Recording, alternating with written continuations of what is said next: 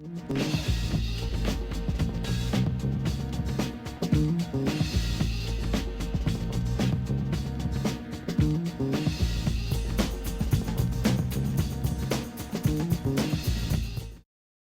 officially want to welcome you to the solidarity and mental health of our question is, how does incarceration affect mental health? I kind of want to talk about our purpose today and why we're here, and also give my opinion on why I think this is so important. So boom. So I have a quote from the KQED article of 2015, and I will read it. It says, of the nearly 2 million inmates being held in prisons and jails across the country, experts believe nearly 500,000 are mentally ill. So we're gonna let that sink in. According to the National Alliance of the Mentally Ill, 16% of prison populations can be classified as severely mental ill. Now, of course, naturally, when you include depression and other mental illnesses, borderline personality disorder, those numbers increase. Also, when you add substance abuse, it goes even higher. So why I think it's really important today that we're here is I personally believe institutions, excuse me as I take my time to say this, institutions, and this not only just jail, I'm talking about school institutions, it allows a lot of borders. It allows a lot of narratives and stories to be retold and switched around, as we can see throughout history. As well as, I'm sorry, I got it all written down. I think it allows stories to be manipulated. And I'm so happy that all you guys are here today so we can really talk about the stories that are being manipulated, so we can have these conversations, because these conversations will continue to be had. These conversations must be had, because those voices behind bars that are dealing with this, that are hearing screams every night, that's extremely important. You know, I would love to introduce Ms. Dr. Stacy Shears. Hi, everyone, and thank you for joining us for this wonderful Solidarity and Mental Health Summit put on by our Wellness Center and the very great Janine Greer there in the back. Thank you. I think that this is very apropos because so many of us are impacted by incarceration. We've had loved ones, or we ourselves have been incarcerated. We have folks that are afraid of being incarcerated, being afraid of being locked up based on immigration status, and sometimes just for the skin that we walk in, right? And so to recognize the mental health impact on that, I think is really important. So I'm really looking forward to today. And I want to thank Janine for pulling all this together so fast so that we can go through this and kind of experience it on some deeper levels, not just folks talking at you, some experiential things. So I just want to thank you and look forward to getting started. And yeah, this is great. Thanks. Thank you. So next, I want to introduce somebody who's dear to my heart. This is my big cousin. She practically raised me, big sister, big cousin, Miss Danielle Savage, and she's going to share some of her artwork with us today. So give it up for my big cousin. How are you all doing today?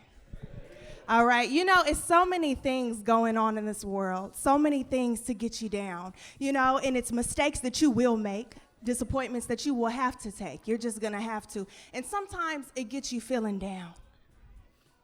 For instance, have you ever felt sometime, no time particular at all, a little bit clouded, a little bit blue, shots fired, who's there to break my fall? And it'd be like somebody's trying to trap my soul. Guess the door didn't close, 'cause I'm in this dark place again. Damn the devil trying to cause my woes. Let him right now, he's in control. Dear Father, can you hear me? Falling, I'm falling fast, and I'll try not to hit the hardest. I'm reaching for the Lord, but no, I'm not reaching the farthest. Ceaseless regrets rack my brain as I invite in the comfort of the darkness. Shoulda, coulda, woulda seem to hijack my thoughts. If onlys and why didn't I's has my mind a bit distraught, caught up in a game I feel like I was destined to be in. But who's to blame for my parents not understanding that I was not supposed to be raising myself? They say children should be left with generational wealth. But I seem to have only been left with scars and the task to now fix and repair my emotional health ever since I could remember. And I ain't the only one. It's many of us out here, I presume, who've been damaged since the womb, have made a few mistakes, and far too soon have been labeled in a place where diagnoses are determined by bank accounts and race. Because they quick to classify Lil JJ as having ADHD while little Johnny was just expressing himself emotionally. They put us on pills or behind bars when we just need an ear who will listen to us talk, to scream, to admit, to fume, and to breathe fire and to cry, because this life is not easy, but mental struggles don't make you weak. Release and reject what everyone told you that you would be. You are unique. Accept your inner powers because your waters run deep. You have the mind of an artist, the creative palette of a genius. Your fight makes you fireproof, walked through shut doors while bystanders got there more convenient. They will talk about you for being different. Say you do too much, nah, boo, I'm just enough, because you don't know what I battle every day just to be here. You ain't lived through what I lived through, so let's just get this thing clear. I've made choices that I'm not so proud of, but I am forgiven. Many days I wanted to take my own life, but baby, I'm still living. I am fearfully and wonderfully made. And when I keep that in mind, what a feeling. And right now on this day, I declare, you should declare, we will declare that today we take control of our emotional healing. Thank you very much.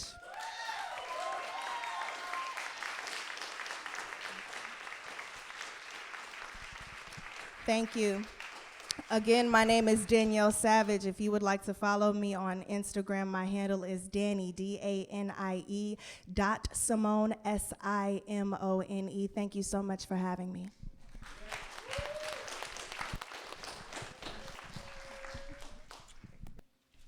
Thank you. I'm telling y'all, anytime she speaks, my whole body shakes. If y'all can relate, please give me a snap, because that was amazing. I am so proud to call her my cousin. Let's keep going. Next, I would like to introduce Eddie Yang, the co-founder of the Asian Prisoner Support Committee. So Eddie, if you're ready. Ooh, that rhymed. Thank you. Well, happy new breath, everyone.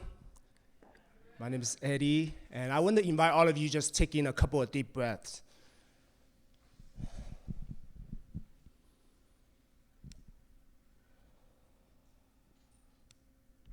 The breath that we just inhale sustains our lives. And sometimes we always take that breath for granted because we expect that breath to come any moment, any second. But are we really appreciating that breath that really helped ground us, right? My pronoun is he, him, his, and being in this space right here just reminded me a place that I never strived to be in, and I never had the opportunity to be in, but now I'm here.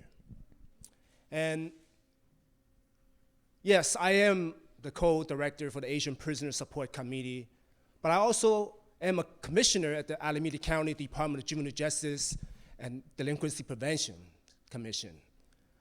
I'm the founder and president of the New Bread Foundation, and I serve on the board of directors in Chinese for Affirmative Action in San Francisco.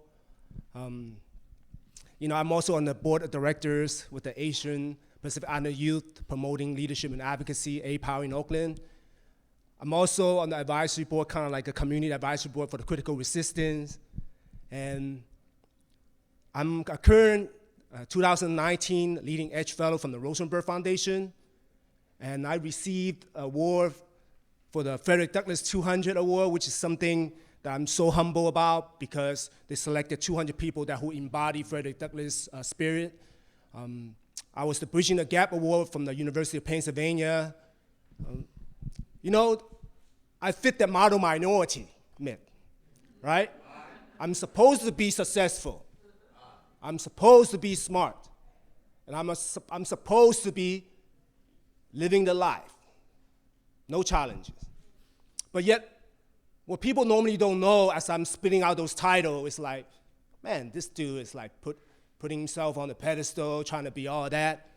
I'm telling you that because you would never thought, had you not known me, that I spent 21 years of my life incarcerated.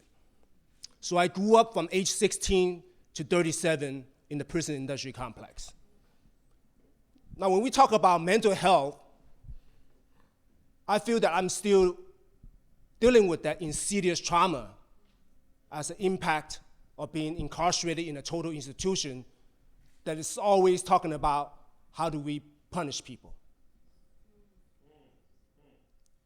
So in that process, I just want to share with you today that journey that I kind of navigated in the prison system and really look at some of the intersection of mental health and incarceration. And I think what's important is about healing. How do we find that healing space or that kind of culturally competent healing strategy that fits for all of us? So I remember when I first entered the system, when I committed my crime, kidnapped to commit robbery in the city of San Francisco in Chinatown. And I was just sharing one of my friend that I just met from San Francisco, that I was incarcerated in the juvenile hall, the Department of Juvenile Justice in San Francisco when I was 16. Well, when I first entered the system, I didn't speak much English or understood much English because I just came from China to Oakland, California, about like 3.5 years ago before I caught my case. So after all the different assessments that people made about me, with seeing the psychologist and to do the intake and assessment, well, they have figured out that, number one, I was antisocial, right? And then I was also more sophisticated than your normal 16-year-old. So therefore, I was fit to be charged as an adult. So I was charged as an adult at age 16 and sentenced to life in prison with the possibility of parole. So when I entered the system, I just remember, how am I going to survive when every aspect of what people are sharing with me is putting that layer of mental stress on me, saying that, oh, you're going to go to YA, you're going to get raped, you're going to get beaten up, you're lucky you're going to come out alive. So I went to YA. Then they say, oh, you're going to go to the penitentiary, oh, you're going to get raped, you're going to get stabbed, all these things will happen to you. So as a Chinese immigrant who just came to this country not long ago, didn't understand the culture, history, and the different identities that I'm trying to navigate and search for, and then the generation gap between my parents, my grandparents who got me here, I didn't even understood what that meant. All I knew is that I had to survive. So when I entered San Quentin State Prison at the age of 18, I realized that in order for me to survive, I have to observe more. I have to really find the people who I can connect with, right? So then inside, because it's racially segregated, it's either you're black, white, Hispanic, or you're an other. So I fit into the other category. So now we know that the prison industry complex is overrepresented by the people of color, especially the black and brown community. So there's a small percentage of the Asian American Pacific Islander who are incarcerated in the system. But yet, that's what we call the tyranny in small numbers. So we move when I first went in, it's just about how do I survive? How do I make sure that I ended up alive, right? That one day, maybe one day, that I'll be free, right? So I've tried to learn how to survive by really connecting with people. I realized the importance of learning how to speak and write English. So I did that, right? So I learned how to, write and speak a little bit. And then I remember when I first took my GED, I passed it. And as soon as I passed that GED, then I started having a little bit more access, even within the prison system, to access to some of the services there, right? Which were very limited to begin with. And so as I navigate that space, I just want to share with you that eventually I was able to get my Social Arts degree. And then as a result of me wanting to learn and having the thinking, right, the ability to think critically, and I started to learn how to tap into my chi. And the chi that I'm talking about is not just the life force, the energy that's sustaining our lives or my life, but the chi that I'm talking about is culture, history, and identity. When I was able to navigate that space, I just remember I had learned about other people's history before I even learned about Asian American history, because it was never offered to us, right, in that space. No, we know how hard it is to fight for ethnic studies and Asian American studies and global studies in our community as it is in the academic community. And we're celebrating 50 years of the Third World Liberation Front this year. Right now, we're celebrating.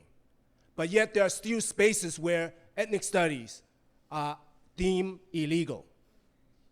Now, how afraid the people who's maintaining the power is, were they actually trying to ban ethnic studies? What is their fear?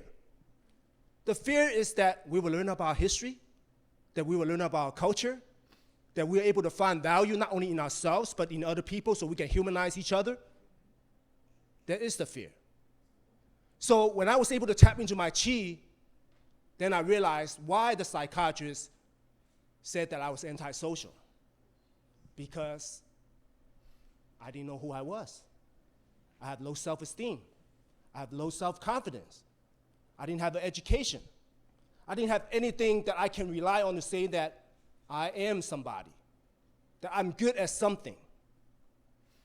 That's what led a lot of poor choices that I made and many of my peers who were incarcerated made.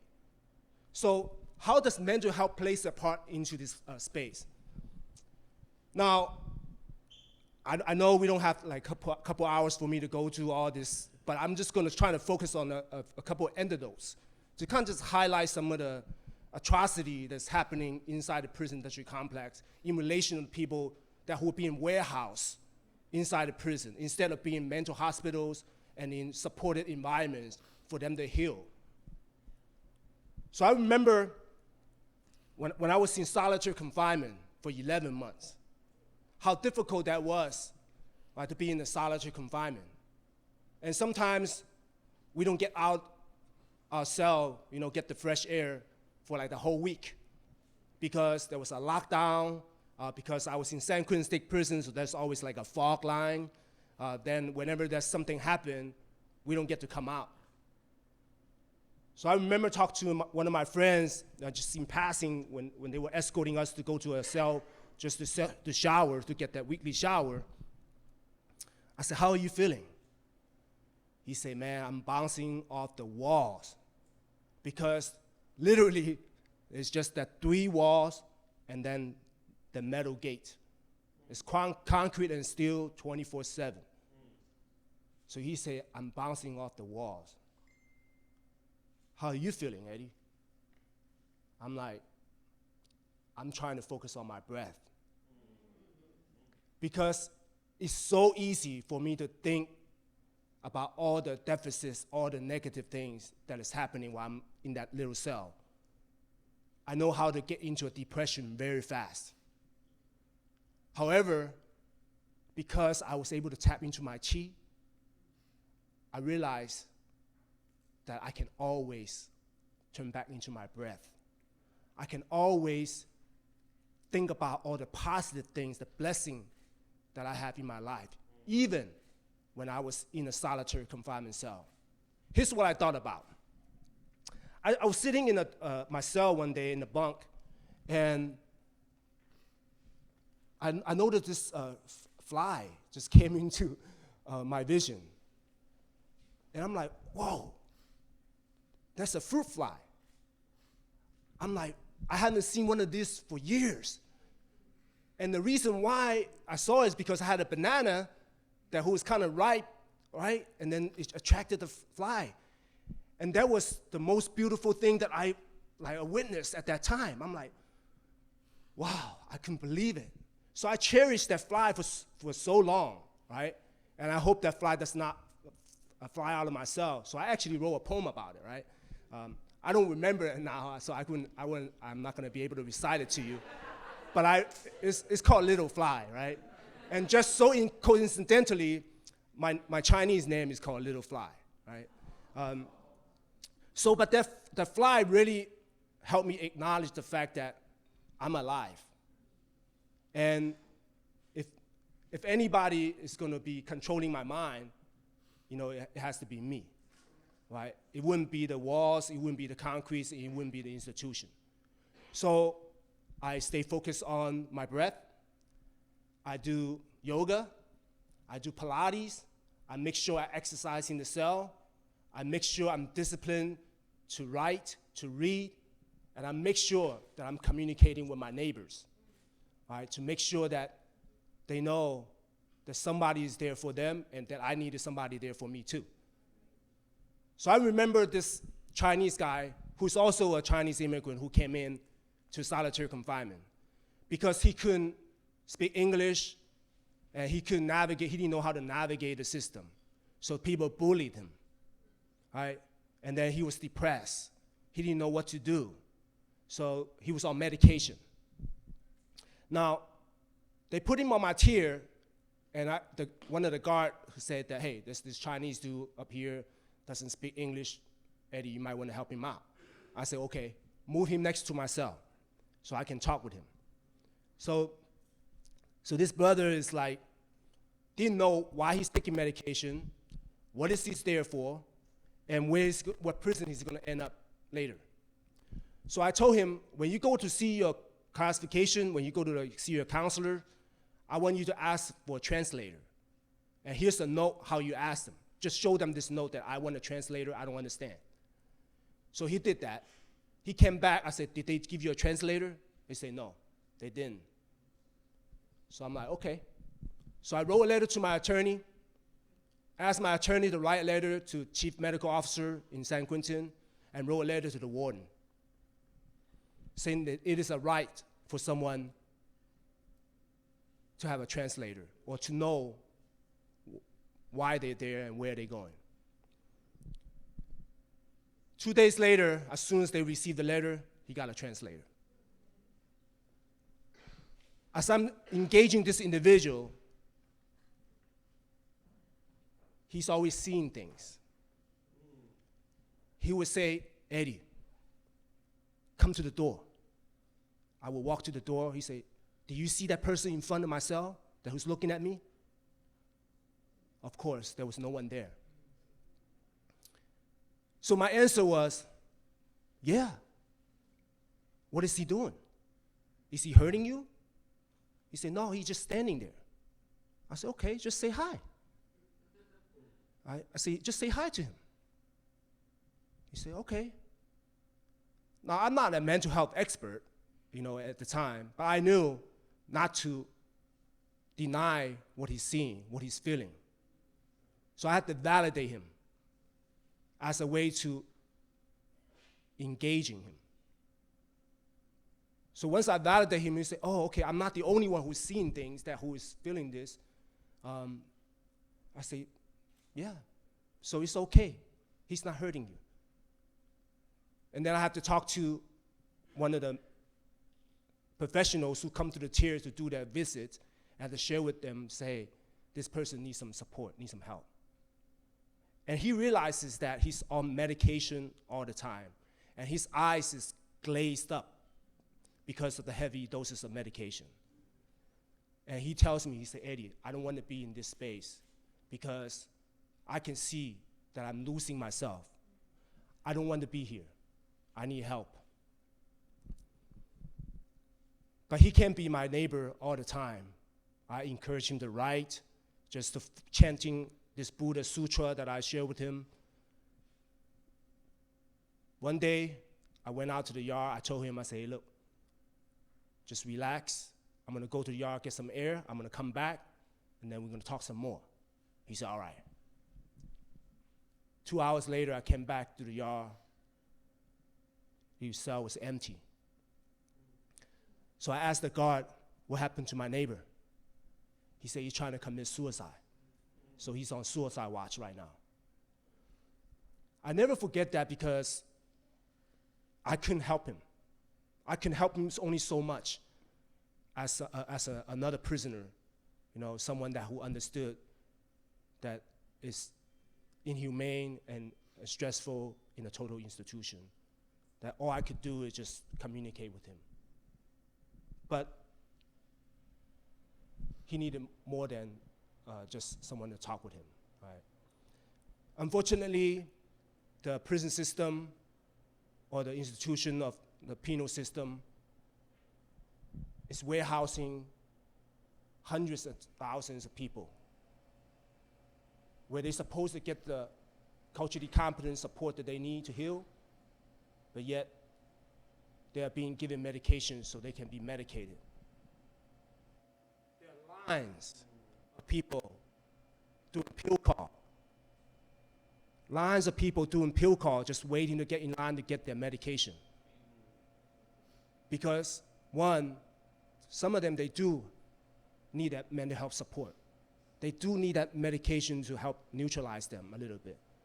But others, because there's no real authentic therapeutic services for them in the prison system, they rely on those medications to escape reality so they can just survive. Hopefully they'll get out and not just be in that space.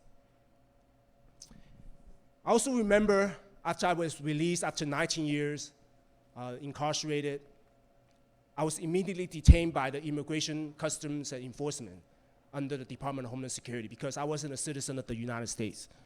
So I was detained and ordered deported. So I stayed in the detention prison for about 2 years fighting my case, and I lost my case. But while I was there are also people who are facing a lot of mental stress because a county jail that is being leased out by the privatized prisons is not conducive to any type of support for people who just came out of the penitentiary, who has some limited structure and resources, that all of a sudden you go to a county jail out of a rural area, then you don't have anything. Because it's another warehouse, it's another apparatus to exploit people's body. So there is no mental health support there. There is no services there. I remember this brother from the Middle East who was there seeking asylum because of the war in his country. And he was yelling in the cell. He was yelling, because he didn't understand. But instead of supporting the individual, the guard just poured hot water on him to shut him down. So as someone who's awoke, I wrote on my blog about it. I kept a blog. I was the only person, like a lifer who was in the penitentiary, who had an active blog going from the prison. So I wrote on the blog to say that this is inhumane, that they can't be treating people like that. The next day, the lieutenant, the captain, they took me into a room and they told me, don't ever write about those things again because you're jeopardizing the safety and security of the institution. I'm like, okay, how is that? So he said, well, you're talking about things that you shouldn't be talking about. that this did not happen, right? So what they didn't know was I just won a settlement because the prison violated my First Amendment rights. They just settled with me. I said, are you telling me that you're actively violating my First Amendment rights right now? Both of you telling me this. They said, no, we're not saying that. I said, no, that's what I'm thinking you're saying, right? But you telling me not to write about what I witnessed, so you're violating my First Amendment rights. And if that's the case, I want you to get in touch with the 3 lawyers who are representing me right now. Yeah, go talk with them. As a matter of fact, I'm gonna have them to contact you if that's what you're saying. They say, no. Then they backtrack, right? They say, well, I want you to, when you write again, I want you to give it to us so we can look at it, read it, and then if it's cool, then you can mail it out. I say, no. I say, you're gonna read my mail anyways, right? And I don't need your permission. You know, I'm not saying anything that jeopardizing the institution, your institution, or anything. I'm just sharing what I witnessed. That's it. My experience being in a jail cell. So of course they backed off, right? I continue to write. But the thing is, how many people are there that who suffer from mental health that have a voice? How many people can have a voice? And who are the people who can advocate for them when they're locked up in the institution and being medicated? And not just that. Now, the people who've been locked up, we know how insensitive we can be before we became woke. I don't know how many times that we hear people within the prison system calling the people who are on medication or having a mental health challenge, oh, look at that J-Cat, right? Oh, that dude is crazy. Look at that triple CMS, right? So it's a constant stress, a constant discrimination, a constant those verbal assaults on the people just because they are on medication. They're suffering some sort of mental health. I mean, the truth is, we all suffer some sort of mental health. We are all traumatized daily. We are all triggered daily by something, by someone. But the severity could be different. And how we deal with it could be different. I think that's why it's so important to have this platform right here in the academic area.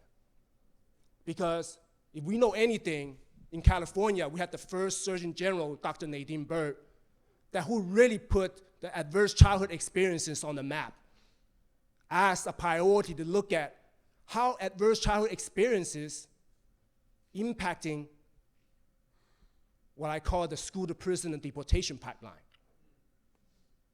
And I always go further to say sometimes about that migration to the school to prison and deportation pipeline. Because as we see in the political climate right now, as we have witnessed in history, how the trauma of war have on other people in other countries that ended up become refugees who are traumatized with generations of trauma who end up having to settle in this country. And when they settle, not only did they not get the culturally competent support that they need to heal from their trauma of war, they're immediately thrust into the poverty and violence-stricken areas and neighborhoods where they have also to deal with the language barrier, the cultural difference, generation gap, and the discrimination by other people because they didn't understand that their trauma, they didn't understand that they were there not because of their own free will.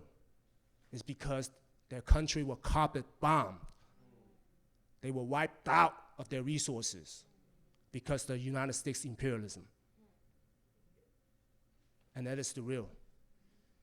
Ain't nothing go around about it. And warehousing mental health patients as part of the prison industry complex makes money, makes a lot of money for the pharmaceuticals, for the corporations, for the military, it's all about the money. So are you a doctor, Commissioner Ginny Guare? Ginny? Not yet?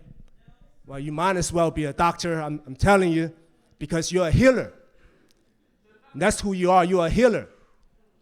And I'm grateful for the fact that you are able to create this space for all of us to be here in the Berkeley City College. Not because you're my friend or you're my family, because you are one of those disruptors who is in a space with your living experience, understanding that each mind matters. Healing matters.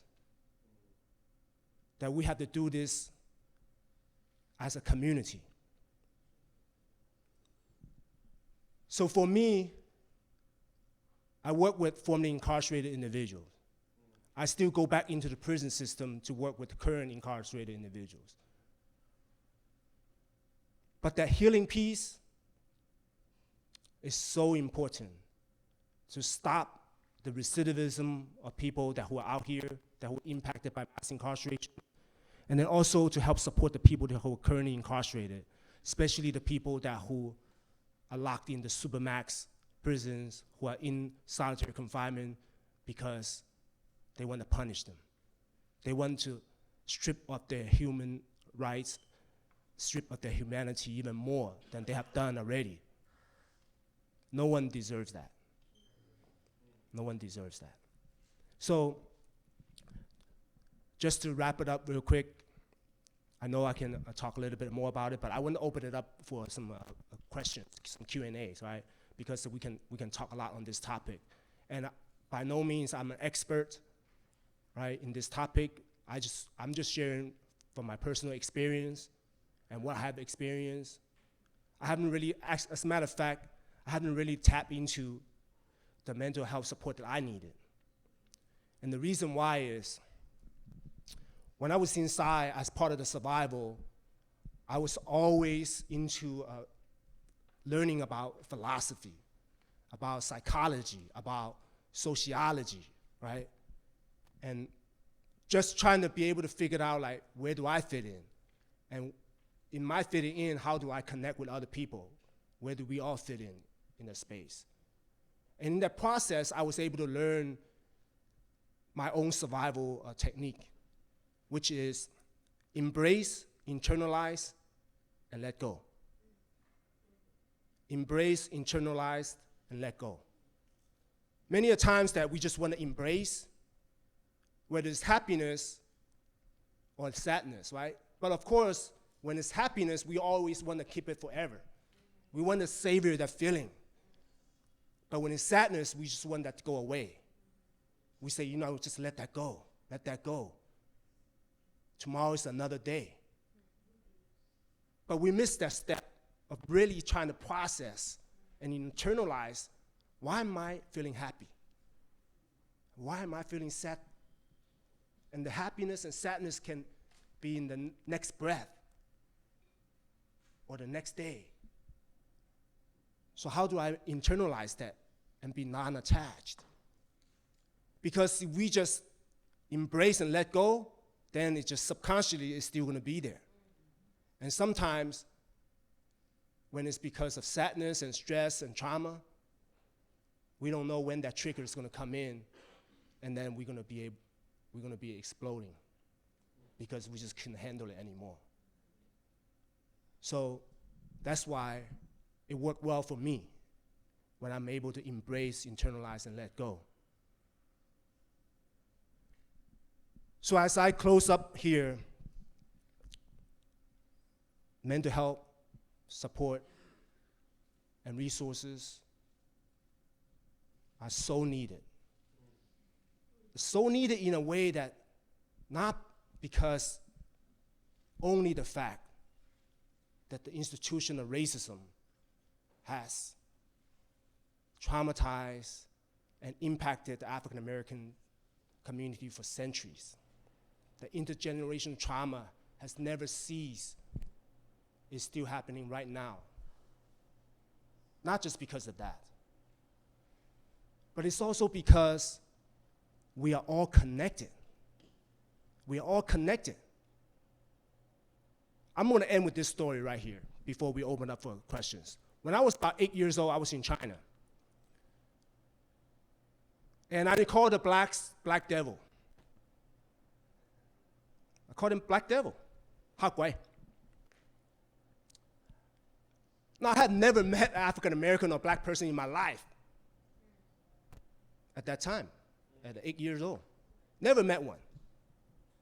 But how did I know how to call him Black Devil? Right, so one of the brother, the OG, that, from the Western Addition, shared with me. He said, Eddie, the Europeans and the United States, they have one of the most successful exports in the world.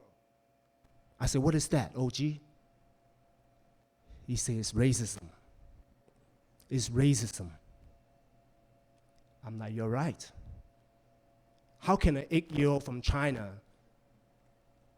already calling a black person a black devil? What kind of mental health impact does it have? Not only on the people who are called devils, but on the people who are calling them devils. What impact has that? I deal with a lot of violence prevention in the city of San Francisco for many years. I address anti-blackness in our community, especially in the Asian American community, for years. Always trying to bring communities together. Always trying to promote cross-cultural healing and cross-cultural engagement. So we don't continue to be divide and conquered. We don't continue to be pit against each other. But yet the machine is so strong that we're not hitting the root cause. We're not hitting the root cause.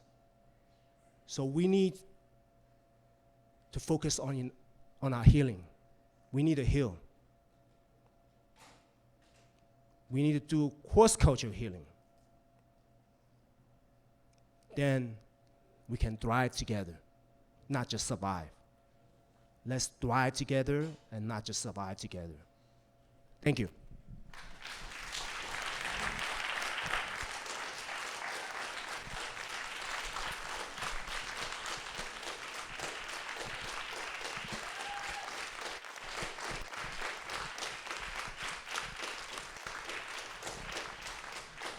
So I'm opening up for any questions you may have. All questions are good questions.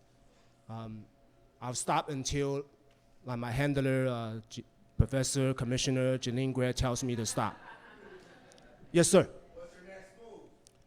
My next move is I'm actually waiting for a confirmation email that says that I have been selected as a fellow with the Unlock the Future by John Legend's Ending Mass Incarceration campaign.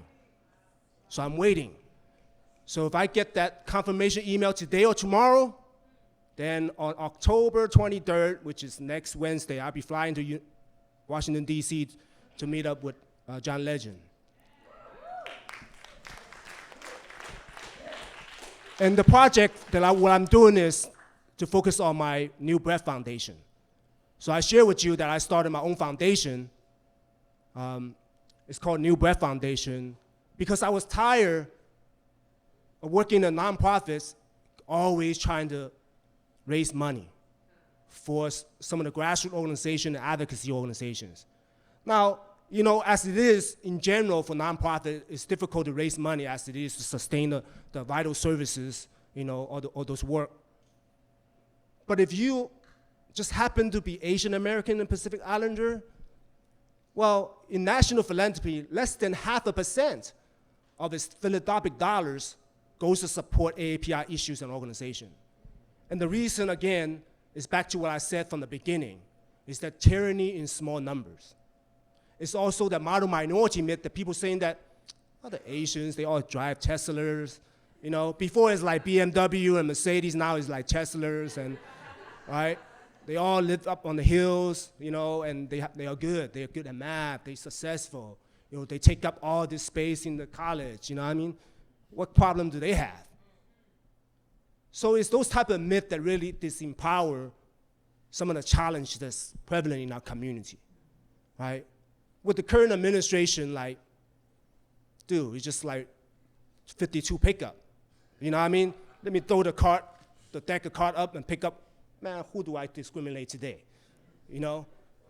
So that's the name of the game, 52 pickup, right? So, but the thing is, so I say, when I get rich and famous one day, I want to be a philanthropist. I want to make money and give money to people, help support people.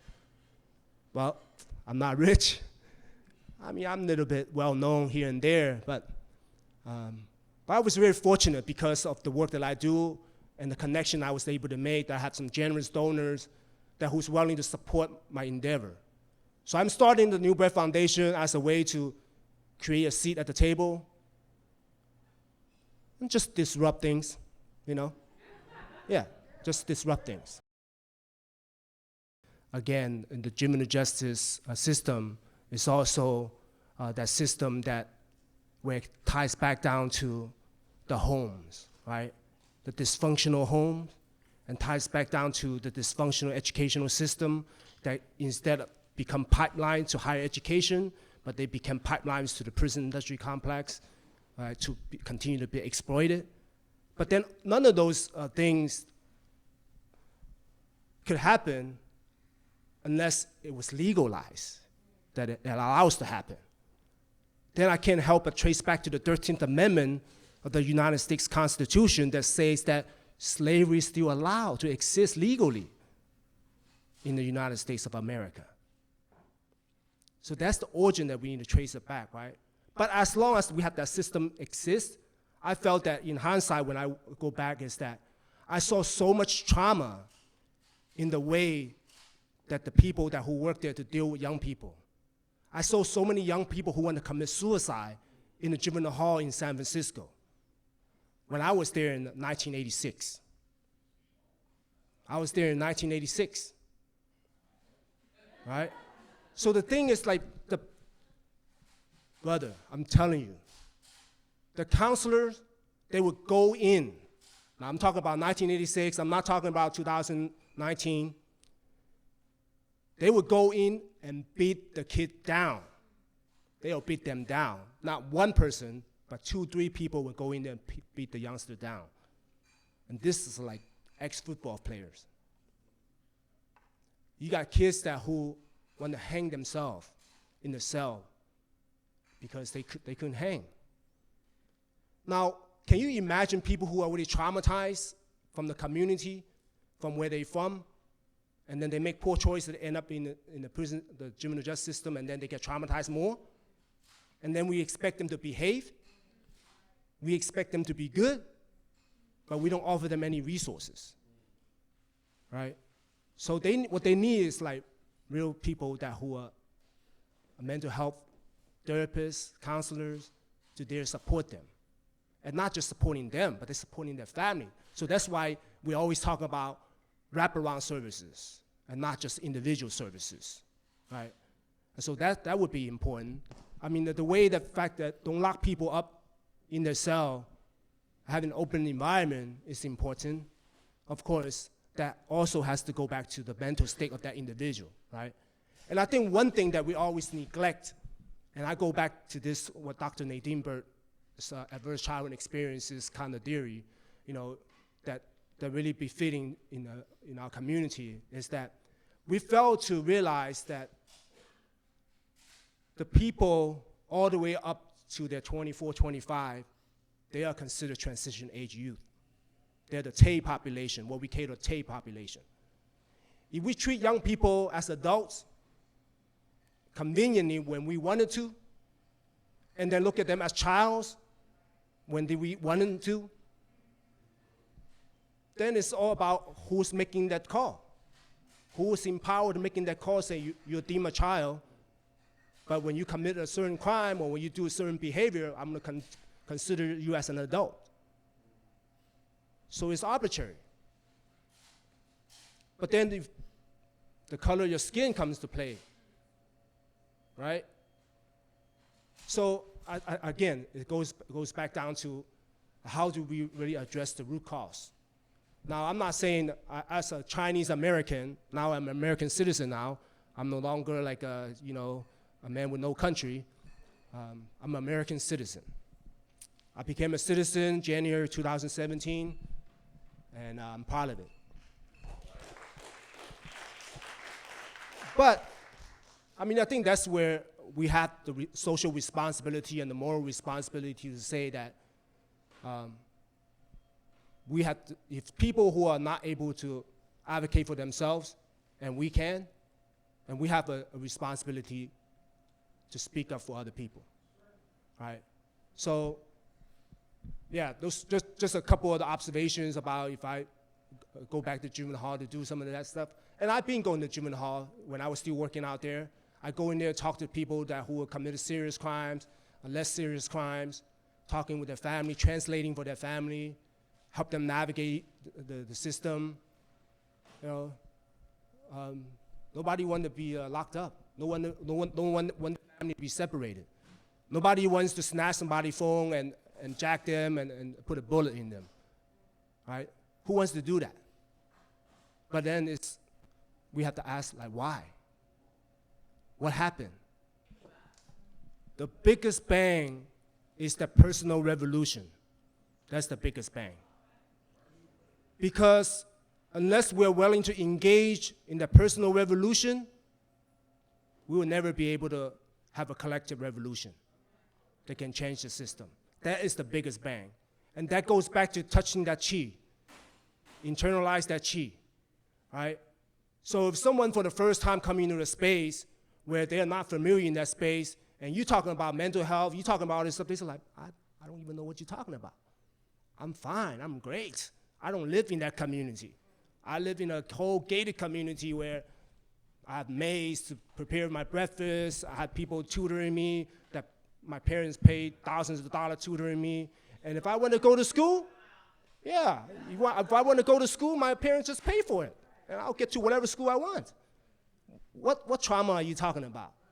So if we have people like that, then there's no way that we're going to have the bigger bang, right? There's a need for the protests. There's a need for people to speak up, to the city hall, to vote, all of that.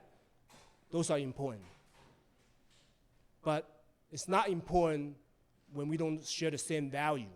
It's not important that we don't understand and validate each other's culture and history. So the biggest bang is that personal revolution, so we can all be woke together. So again, it goes back to how do we treat each other? What trauma is that officer has experienced? What trauma in his life that he had experienced to make him make those type of decisions? We have to figure it out. We have to humanize that too. Right? We all know hurt people, right? Heal people. If you don't know who you are, you don't know your history, then you have no history. You have no connection. So thank you very much for your presence. We have some amazing speakers, more coming up, and programs. And I know my doctor, Jeanine Greer, put a lot of work into this, along with all the volunteers. And so I'm ready to learn some more. Thank you, Eddie. Thank you so much.